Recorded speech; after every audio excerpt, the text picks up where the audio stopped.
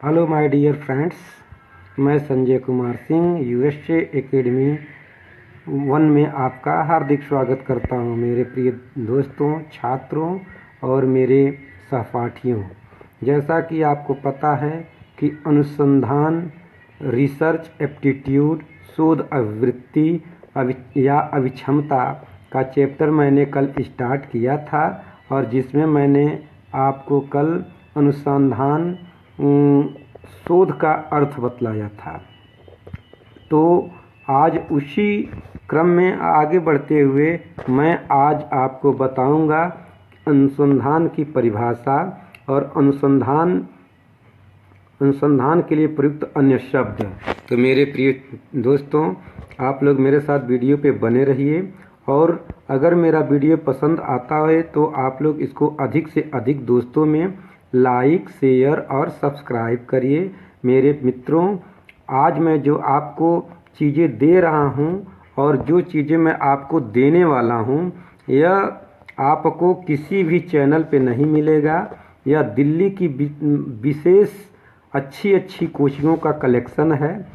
जैसा कि आप जानते हैं कि ये जो मटेरियल जो मैं आपके सामने प्रोवाइड कर रहा हूं, यह मटेरियल आपको किसी भी यूट्यूब चैनल पे नहीं मिलने वाला है, जो कि मैं अपने इस YouTube channel USA academy number 1 के माध्यम से देने जा रहा हूं। तो मेरे प्रिय दोस्तों, वीडियो तो मैं डेली लेकर के आता रहूंगा, लेकिन मुझे थोड़ा आप लोगों के सपोर्ट और सहयोग की ज़रूरत है, जो कि आप लोगों से अपेक्षित है। आप लोग ज़रूर मेरे वीडियो को अधिक से अधिक दोस्तों में फैलाने का प्रयास करिए। तो आइए हम लोग वक्त बर्बाद नहीं करते हुए हम लोग देखेंगे कि अनुसंधान को आगे हम लोग कैसे समझते हैं। तो स्क्रीन पे जैसा कि आपको दिख रहा होगा कि अनुसंधान के लिए हिंदी भाषा में प्रयुक्त अन्य शब्द। प्रयुक्त मीन्स होता है प्रयोग किया जाने वाला। कह रहा है कि अनुसंधान जो है, रिसर्च एप्टीट्यूड जो है अनुसंधान, उसका हिंदी भाषा में जो अन्य शब्द प्रयोग होते हैं उसको हम लोग थोड़ा समझेंगे, या फिर इसको अनुसंधान को, रिसर्च को हम लोग अन्य किन किन नामों से जानते हैं। तो प्रयुक्त अन्य शब्द अन्वेषण होता है। क्या होता है अन्वेषण? अन्वेषण का मतलब होता है खोज करना। क्या करना होता है? खोज करना। अनुशीलन होता है। क्या होता है? अनुशीलन। अनुशीलन का अर्थ भी खोज ही करना होता है। परिशीलन भी होता है। परिशीलन का मतलब भी आपका अनुसंधान से ही है, खोज करने से है। इसको हम लोग पर्यायवाची के रूप में मीमांसा भी कहते हैं। क्या कहते हैं? मीमांसा। गवेषणा भी कहते हैं, शोध भी कहते हैं, खोज भी कहते हैं और रिसर्च भी कहते हैं। तो मेरे प्रिय दोस्तों, आपको समझ लग गई होगी कि जैसे जैसे समय बदलते गए वैसे वैसे अनुसंधान शब्द का जो शाब्दिक अर्थ है, यानी कि हिंदी भाषा में जो प्रयुक्त अर्थ है, उन प्रयुक्त अर्थों में भी शोध होते गए और नए नए टर्म, नए नए शब्दावलियाँ शोध के लिए प्रयोग किए गए। और आज हम लोग इंग्लिश में इसको रिसर्च बोलते हैं, और जो कि खोज आपका सबसे उत्तम और व्यापक और व्यवहारिक शब्द इस्तेमाल किया जाता है। तो वर्तमान समय में मानव जीवन में जो प्रगति हुई है और जिन सुख सुविधाओं का हम अनुभव करते हैं, उन सबका आधार अनुसंधान ही है। मेरे प्रिय दोस्तों, आपको पता है कि आजकल जो हमारे विकास का दौर है, जिस औद्योगिकरण के युग में हम लोग जी रहे हैं, और जिन संसाधनों का आज हम दैनिक जीवन में प्रयोग कर रहे हैं, और जो भी सुख सुविधाएं आज हम वैज्ञानिक युग में और भौतिक युग में मतलब ले रहे हैं, इन सभी का जो आधार बिंदु है वह क्या है? अनुसंधान है, शोध है, रिसर्च है। आज जो कुछ भी संभव हो सका है, इन सभी के मूल में अगर देखा जाए तो अनुसंधान है। क्योंकि आज से 10 साल पहले, 20 साल पहले, या यूं कह लीजिए कि हमारे दादा और बाबा लोग के ज़माने में जितना विकास आज हमारे वहाँ हुआ है, उतना विकास नहीं था। जो सुख सुविधाएँ आज हम अपने जीवन में भोग रहे हैं, वह सुख सुविधाएँ नहीं था। लेकिन मानव के जीवन में होने वाली सभी प्रगति को हम अनुसंधान नहीं कर सकते। मेरे कहने का मतलब ये है मेरे प्रिय दोस्तों कि विकास तो मनुष्य के जीवन में कहीं न कहीं जो भी प्रगति होता है किसी न किसी रूप में होता ही रहता है, कहीं डायरेक्टली होता है, कहीं इनडायरेक्टली होता है। तो क्या हम सभी प्रकार की प्रगति को, सभी प्रकार के विकास को क्या हम लोग अनुसंधान का नाम दे देंगे? नहीं, मेरा उत्तर है नहीं।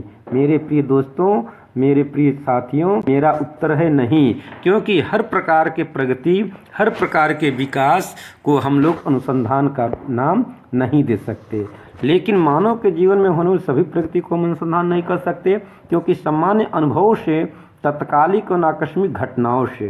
कह रहा है कि एक व्यक्ति जो पढ़ा लिखा नहीं है गाँव में, क्या उसका विकास नहीं होता? उसका भी विकास होता है, उसके भी जीवन में प्रगति होती है, वो भी आगे की तरफ बढ़ता है, उसका भी नॉलेज बढ़ता है। लेकिन क्या हम उसे अनुसंधान कहेंगे? तो मेरे मित्रों, मेरे प्यारे छात्रों, दोस्तों, इसका जवाब होगा नहीं, क्योंकि सामान्य अनुभवों से जो हमारा प्रगति होता है, विकास होता है, उसे हम लोग अनुसंधान का नाम नहीं दे सकते हैं। तात्कालिक एवं आकस्मिक घटनाओं, आप लोग देखते हैं कि कभी कभी जो भी मनुष्य अपने जीवन में प्रगति करता है वो कभी कभी वर्तमान घटनाओं से, आकस्मिक जीवन में घटने वाली घटनाओं से भी सीखता है, और उन घटनाओं से सीख करके भी अपने प्रयत्नों और भूलों से भी सीखता है, ट्रायल एंड एरर से भी सीखता है, और अपने जीवन में आगे बढ़ता है और विभिन्न क्षेत्रों में कामयाब होता है। एक व्यक्ति 10 बार IAS के एग्ज़ाम में बैठता है, 5 बार IAS के एग्ज़ाम में बैठता है और 5 बार फेल होता है, और छठे बार अगर सफल होता है, तो क्या हम उसे अनुसंधान का नाम दे सकते हैं? नहीं। क्यों? क्योंकि उसका प्रगति तो हुआ, उसका विकास तो हुआ और आगे भी होता है, लेकिन हम उसे अनुसंधान का नाम नहीं दे सकते। और क्यों? क्योंकि अनुसंधान में कुछ रिक्वायरमेंट होते हैं, कुछ मूलभूत सिद्धांत होते हैं जिनका फॉलो हमें करना होता है। तो आइए हम देखते हैं, अनुसंधान में योजना अनुसार कार्य होता है। क्या होता है मेरे मित्रों? अनुसंधान जो होता है इसमें योजना अनुसार कार्य होता है। अनुसंधान में योजना, पहले तो हमें एक योजना बनानी पड़ती है। किसी भी विषय पे जब हमें रिसर्च करना है तो सबसे पहले हमें क्या करनी होती है? योजना बनानी होती है। योजना का हिंदी अर्थ होता है प्लानिंग। क्या होता है? प्लानिंग। तो जब भी हम किसी टॉपिक पे, किसी विषय पे अनुसंधान कार्य करने के लिए जब आगे बढ़ते हैं मेरे मित्रों, तो सबसे पहले हमारे दिमाग में एक योजना आती है, एक प्लानिंग आती है। और जब हम एक प्लानिंग के अनुसार, एक योजना के अनुसार जब हम कोई कार्य करते हैं या किसी गूढ़ प्रश्न का उत्तर ढूंढने का प्रयास करते हैं, किसी समस्या का समाधान ढूंढने का प्रयास करते हैं, तो वैज्ञानिक विश्लेषण की पुष्टि होती है। तो जब हम, जिसमें वैज्ञानिक विश्लेषण की पुष्टि होती है, वैज्ञानिक दृष्टिकोण की ज़रूरत होती है, तो उसे हम लोग क्या कहते हैं? अनुसंधान कहते हैं, जिसका एक निर्धारित क्या होता है? लक्ष्य भी होता है। निर्धारित लक्ष्य होता है, निर्धारित उद्देश्य होता है। तो मेरे मित्रों, मुझे उम्मीद है कि आपको अनुसंधान के बारे में और डिटेल पता चल गया होगा। आइए आगे हम लोग देखते हैं, वैज्ञानिक शोध में सहविचरण। वैज्ञानिक शोध में सहविचरण। सहविचरण मतलब एक साथ सहभागिता निभाना। वैज्ञानिक शोध, जो भी हम लोग शोध कार्य कर रहे हैं उसमें सबसे पहले वैज्ञानिकता होनी चाहिए और सहविचरण होनी चाहिए। मतलब क्या? वैज्ञानिकता के साथ साथ समाज के साथ उसका समन्वय होना चाहिए, सहविचरण होना चाहिए, विचार होना चाहिए, भ्रामक संबंधों का बहिष्कार, और उसमें जो भी भ्रामक बिंदु है वो उन बिंदुओं का बहिष्कार होना चाहिए। क्यों? क्योंकि भ्रम की स्थिति में किया गया शोध एक सफल अनुसंधान नहीं हो सकता, सफल रिसर्च नहीं हो सकता। इसलिए इसमें भ्रामक संबंधों से हमें बचने की ज़रूरत होती है और उसका हमको बहिष्करण करना चाहिए। हमें भ्रामक स्थितियों को अपने अनुसंधान कार्य से बाहर निकालना चाहिए। आगे देखते हैं, सामान्यीकरण तथा सिद्धांतीकरण क्रमिक संक्रियाएं हैं, क्योंकि एक अनुसंधान जो होता है उसमें सामान्यीकरण होता है तथा एक सिद्धांतीकरण होता है। सिद्धांतीकरण मीन्स जो हमारा शोध कार्य होता है ये उसमें सामान्यीकरण के साथ साथ एक सिद्धांत होता है, जिस सिद्धांत पे हम क्रमिक संक्रियाएं, क्रमिक कार्य करते हुए निरंतर आगे काम करते हुए आगे की तरफ बढ़ते हैं और क्या करते हैं, अनुसंधान और रिसर्च का काम करते हैं और एक नए सिद्धांत और एक नए मत की पुष्टि करते हैं। अनुसंधान शोध के 4 अंग होते हैं। कितने अंग होते हैं? जो हमारा अनुसंधान है ये इस अनुसंधान इस रिसर्च के 4 अंग होते हैं, 4 पार्ट होते हैं। सबसे पहला जो बिंदु होता है अनुसंधान का, ज्ञान क्षेत्र की किसी समस्या को सुलझाने की प्रक्रिया होती है। अनुसंधान का जो पहला अंग होता है वो क्या होता है? ज्ञान की किसी समस्या को सुलझाने की ये क्या होती है? प्रक्रिया होती है। और प्रासंगिक तथ्यों का संकलन होता है। प्रासंगिक मीन्स क्या? मेरे प्यारे छात्रों, प्रासंगिक का मतलब ये होता है कि जिस हम शोध कार्य में लगे हुए हैं वो क्या हो, आज के युग के अनुसार वो प्रासंगिक हो। प्रासंगिक हो मतलब आज के युग के साथ उसका क्या बैठता हो, तालमेल बैठता हो, उसका इस आज के युग के साथ डिमांड हो। प्रासंगिक होना चाहिए मतलब हमारे समाज के साथ उसकी प्रासंगिकता होनी चाहिए। हम सरल शब्दों में प्रासंगिक का अर्थ बताना आप लोग को चाहेंगे। जैसे मान लीजिए कि आप हैं और आपका कोई एक्स गर्लफ्रेंड है और उसकी शादी हो जाती है, बहुत दिन बीत जाता है और उसके बाद अगर फिर कभी किसी जीवन के मोड़ पर आपसे उसकी मुलाकात होती है और वो बीवी बच्चे वो जो आपका एक्स गर्लफ्रेंड है अगर वो बाल बच्चे वाली हो गई है और आप उसके नज़रों के सामने पड़ते हैं, ठीक है, और अगर वो आपको देख करके पहचान जाती है और अपने बेटे को ये कहती है कि बेटी देखो मामू जा रहे हैं, तो इसका अर्थ है कि आप उसकी नज़रों में क्या है, अभी भी प्रासंगिक हैं।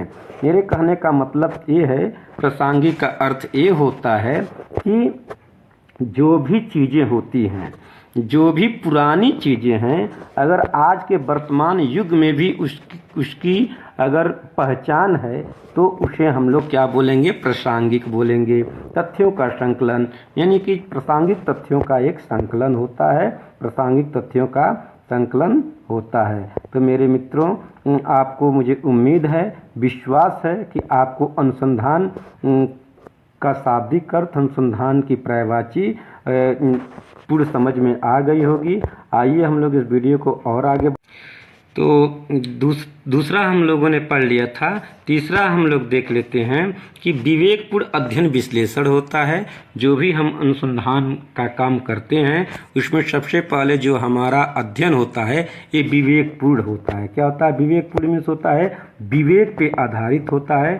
इसमें बुद्धि की ज़रूरत पड़ती है, विवेक की ज़रूरत पड़ती है, क्योंकि जब भी हम लोग कोई अनुसंधान कार्य करते हैं तो उसमें बुद्धि का प्रयोग किए बिना विवेक का प्रयोग किए हम कोई भी अनुसंधान कार्य नहीं कर सकते। अध्ययन होता है और अपने बुद्धि का इसमें विश्लेषण भी होता है।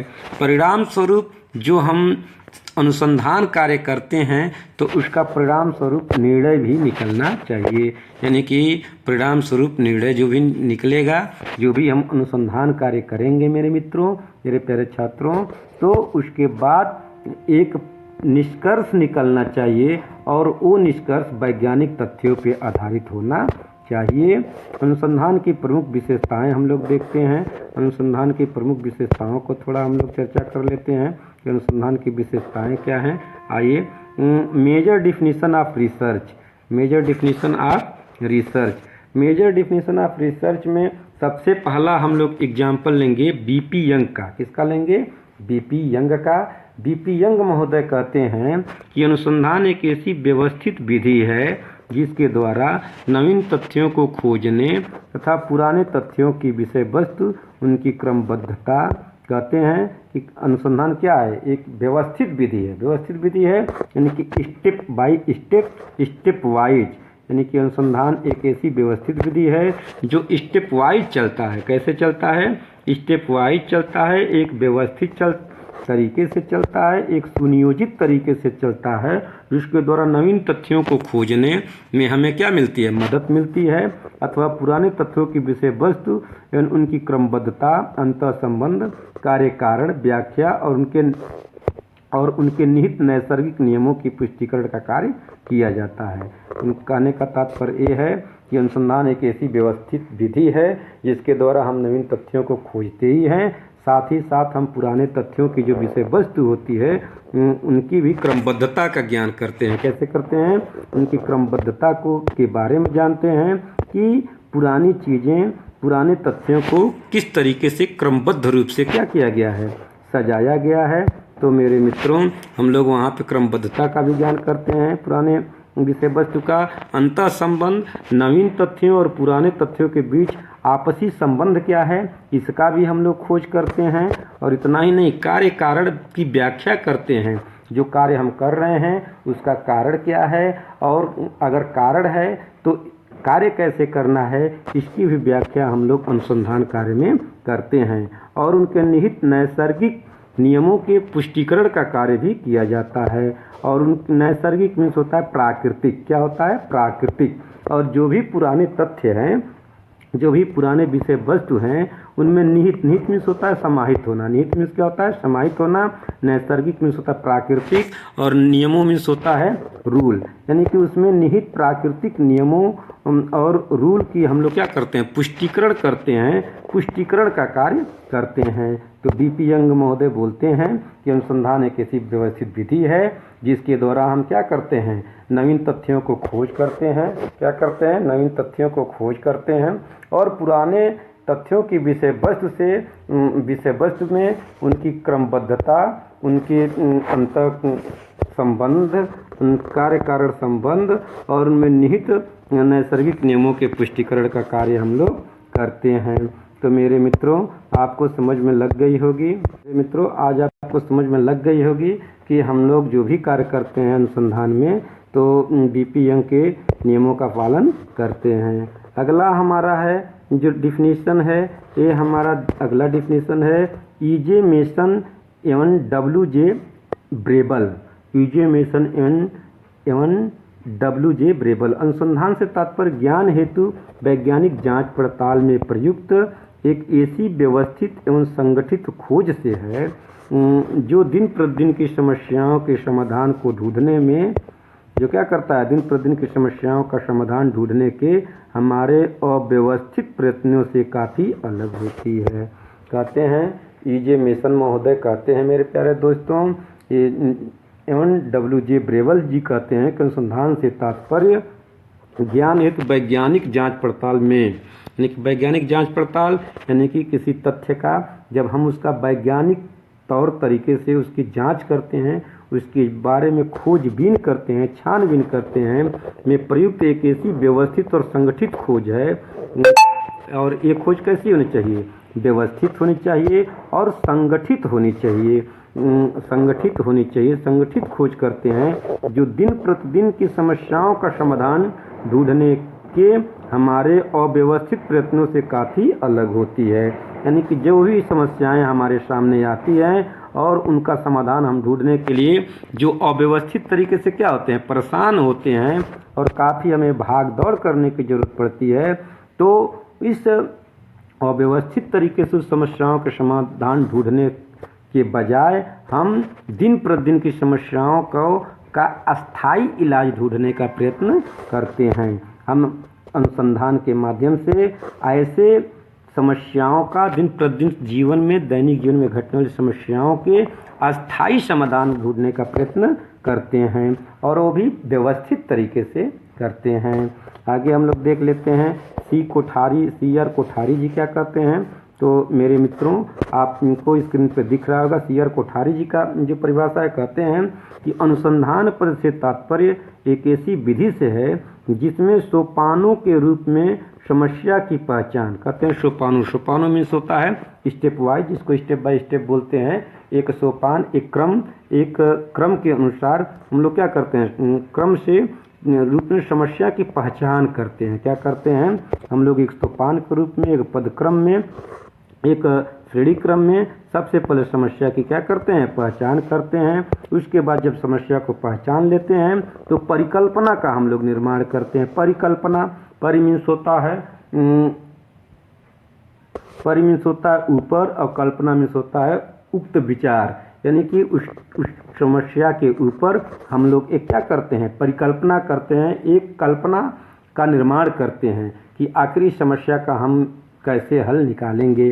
उसके बाद तथ्यों और प्रदत्तों का संकलन करते हैं। उसके बाद उस समस्या को सुलझाने के लिए कुछ हमें तथ्य इकट्ठे करने पड़ते हैं, कुछ साक्ष्य जुटाने की जरूरत पड़ती है और प्रदत्तों का संकलन करते हैं। और जो भी प्रदत्त उसमें है, जो भी सामग्रियां होती हैं, उनका सबसे पहले हम लोग क्या करते हैं, परिकल्पना करने के बाद हम तथ्यों और प्रदत्तों का संकलन करते हैं। उसके बाद संकलित तथ्यों का विश्लेषण निहित रहता है और जो भी तथ्य हम संकलित करते हैं, संकलित मीन्स होता है एकत्रित करना, तो जो भी तथ्य हम एकत्रित किए रहते हैं, जो भी आंकड़े हम जुटाते हैं एक शोध कार्य करने के लिए, उसे हम लोग बोलते हैं संकलित तथ्य। क्या बोलते हैं, संकलित तथ्य, यानी कि एकत्रित तथ्यों का विश्लेषण निहित रहता है। हमारे शोध कार्यों में ये संकलित तथ्यों का क्या होता है, उसका विश्लेषण किया जाता है, उसका एनालिसिस किया जाता है, निहित रहता है, जिसकी अभिव्यक्ति समस्या विशेष के हल अथवा सैद्धांतिक आधार के रूप में।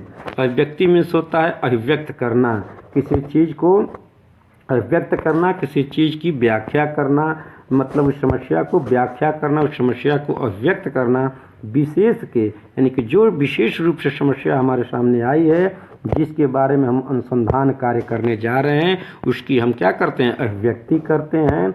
और विशेष के हल अथवा सैद्धांतिक आधार के रूप में, यानी कि एक सिद्धांतों के अनुसार, यानी कि वैज्ञानिक सिद्धांत है, वैज्ञानिक सिद्धांतों के आधार के रूप में सामान्यीकृत धारणाओं के रूप में दिखाई दे। हम शोध कार्य ऐसा करते हैं जो सामान्य धारणाओं के रूप में वो समस्या हमारे सामने क्या होती है, दिखाई देती है, और उसके बारे में हम एक सामान्य धारणा, एक सामान्य नियम की खोज करते हैं। सामान्यीकृत यानी कि उसे हम लोग सरल बनाने का काम करते हैं और उस समस्या के बारे में हम अपनी धारणाओं को, अपने विचारों को सामान्य से सामान्य और सरल से सरल बनाने का प्रयत्न करते हैं, जिसे एक आम आदमी, एक आम जनमानस भी उस सामान्य धारणा को, सामान्यीकृत धारणा को समझ सके और उस अनुसंधान कार्य से, उस अनुसंधान शोध से उसका लाभ ले सके। तो मेरे मित्रों, इतना आपको बात समझ में लग गई होगी। आगे आइए हम लोग देखते हैं जेम्स ड्रेवर महोदय क्या कहते हैं कि किसी क्षेत्र में ज्ञान अथवा सत्यापन हेतु की जाने वाली क्रमबद्ध खोज ही अनुसंधान है। कह रहे हैं कि क्षेत्र कोई भी हो सकता है मेरे मित्रों, क्षेत्र कोई भी हो सकता है और उस क्षेत्र में ज्ञान अथवा सत्यापन हेतु, यानी कि कुछ हम ज्ञान प्राप्त करने के लिए और किसी तथ्य के सत्यापन के लिए, किसी तथ्य के सत्यापन या उसके बारे में ज्ञान प्राप्त करने के लिए या की जाने के लिए जो क्रमबद्ध स्टेप हम अपनाते हैं, जो क्रमबद्ध हम लोग एक प्रक्रिया अपनाते हैं ताकि उसके निष्कर्षों को और सरल से सरल शब्दों में व्यक्त किया जा सके, और उसी खोज को हम लोग क्या बोलते हैं, अनुसंधान बोलते हैं। यानी कि किसी क्षेत्र विशेष में जब हम किसी तथ्य का सत्यापन करने के लिए या ज्ञान अर्जित करने के लिए, उसके बारे में और अधिक जानने के लिए जो क्रमबद्ध प्रक्रिया हम अपनाते हैं, जो कि वैज्ञानिक तर्क, वितर्क और प्रक्रिया पे आधारित होती है, उसे हम लोग क्या कहते हैं, उसे हम लोग अनुसंधान कहते हैं। तो जेम्स ड्रेवर महोदय का डिफिनीशन आप लोग को स्क्रीन पे दिख रहा होगा। तो मेरे प्यारे दोस्तों, मेरे प्यारे छात्रों, मेरे प्यारे सहपाठियों, आप लोग जो डिफिनीशन आज मैंने आप लोगों को बतलाया है, इस डिफिनीशन का आप लोग स्क्रीनशॉट ले लीजिए और अनुसंधान की परिभाषाएं, अनुसंधान का पर्याय और अनुसंधान का अर्थ आप लोग पार्ट 1 और पार्ट 2 दोनों को देख करके अच्छे तरीके से अपनी धारणा को बना लीजिए और नित्य प्रतिदिन आप हमारे चैनल पे आते रहिए। अगर किसी दिन किसी वजह से मैं वीडियो अपलोड नहीं कर पाता हूँ तो आप लोग कमेंट करिए लाइक करिए और शेयर करिए और मुझे वीडियो अपलोड करने के लिए मोटिवेट करिए। मैं लेट देर दुरुस्त कहीं न कहीं कभी न कभी प्रतिदिन आप लोगों के लिए वीडियो लेकर के आता रहूँगा। मेरे प्रिय दोस्तों, मेरे प्रिय छात्रों, मेरे प्रिय सहपाठियों, मेरा दावा है कि अगर आप लोग इस वीडियो पर डेली नित्य आते रहेंगे तो आप लोग शोध अभिवृत्ति अभिक्षमता यूजीसी नेट जेआरएफ जून 2024 निश्चित तौर पे आप लोग पास ही नहीं होंगे बल्कि जेआरएफ का करेंगे, टॉप कर लेंगे। जेआरएफ आप लोग टॉप कर लेंगे और मेरिट लिस्ट में एक नाम आपका भी होगा। तो मेरे प्यारे छात्रों, आज के लिए बस इतना ही। Thank you. जय हिंद, जय भारत। मस्त रहें, खुश रहें और अपने पढ़ाई को कंटिन्यू बनाए रखें। Thank you for watching. जय हिंद, जय भारत।